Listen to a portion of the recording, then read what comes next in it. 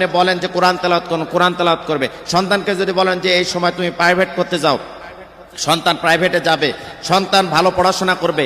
একা একা আপনার সন্তান মসজিদের দিকে দৌড়াতে থাকবে, আমলের দিকে অনেক দুর্বল হয়ে পড়বে, আমল করবে এবং ফজরের আগে ঘুম ভেঙে যাবে। আপনার সন্তানকে রাত 9টা 10টা দিকে 12টার দিকে ঘুমাতে যাবে না, এশার নামাজ পড়ে ঘুমাতে যাবে। প্রত্যেকটা কথা আপনার শুনবে এবং বদ কিছু অভ্যাস আছে, গভীর রাত করে ঘুমানো এবং সে 12টা 1টা বা 10টা 11টা 12টা পর্যন্ত দিনের ঘুমানো, এই যে বদ যতগুলো তার অভ্যাস আছে সব অভ্যাস থেকে সে ফিরে আসবে ইনশাআল্লাহ।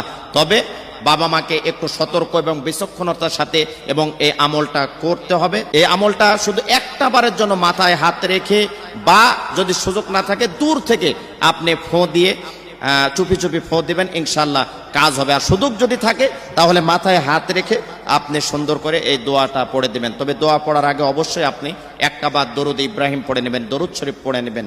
দরুদ শরীফ পড়ার পরে আপনি এই দোয়াটা পড়বেন যে সুবহানাল্লাহ আলহামদুলিল্লাহ লা ইলাহা ইল্লাল্লাহু আল্লাহু আকবার। এটা মাথায় হাত দিয়ে যদি পড়ার সুযোগ থাকে পড়বেন, আর না হলে সুযোগ না থাকলে দেখছেন যে আপনার সন্তান খুব চালাক, অতিরিক্ত ব্রেন বুদ্ধি রাখে, খুব টাউট, আপনি মাথায় হাত রেখে দোয়া করলে মনে করতে পারে যে আমার মা আমাকে কি দোয়া করতেছে বা কি করতেছে। যদি আপনি হেকমতওয়ালা হন তাহলে অবশ্যই আপনি বলে দিবেন যে বাবা তুমি বাইরে যাচ্ছ একটু দোয়া করে দিই, কিন্তু এই দোয়াটা আপনি পড়ে দিবেন, ইনশাল্লাহ কাঙ্ক্ষিত ফলাফল আপনি পাবেন। কোনো জেদ থাকবে না, কোনো কান্নাকাটি থাকবে না, কোনো রকমের আপনার বিরক্ত করবে না, অহেতুক বিষয়ে আপনাকে ডিস্টার্ব করবে না, মেধাবী হবে, বুদ্ধিমান হবে, আমল এলমিয়াতের ভিতরে থাকবে, ব্রেনিয়ান্ট হবে, বিচক্ষণ হবে।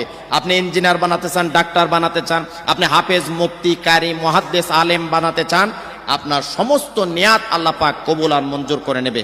আপনি মাথায় হাত রেখে না হলে দূর থেকে সর্বপ্রথমে দরুদ শরীফ পড়ে নেবেন, এরপরে বলবেন সুবহানাল্লাহ আলহামদুলিল্লাহ লা ইলাহা ইল্লাল্লাহু আল্লাহু আকবার। এই দোয়াটা আপনি পড়বেন, শেষে আর একটা বার দরুদ শরীফ পড়বেন। আগে একবার দরুদ শরীফ, পরে একবার দরুদ শরীফ, আর কাঙ্ক্ষিত দোয়াটা আপনি পড়বেন সুবহানাল্লাহ আলহামদুলিল্লাহ লা ইলাহা ইল্লাল্লাহু আল্লাহু আকবার। এই দোয়াটা আপনি আমল করতে থাকবেন, দেখবেন যে ইনশাআল্লাহ এটা 1 সপ্তাহের মতো আপনার সন্তানকে আমলের ভেতরে রাখেন, আপনার সন্তানটা নেককার হবে।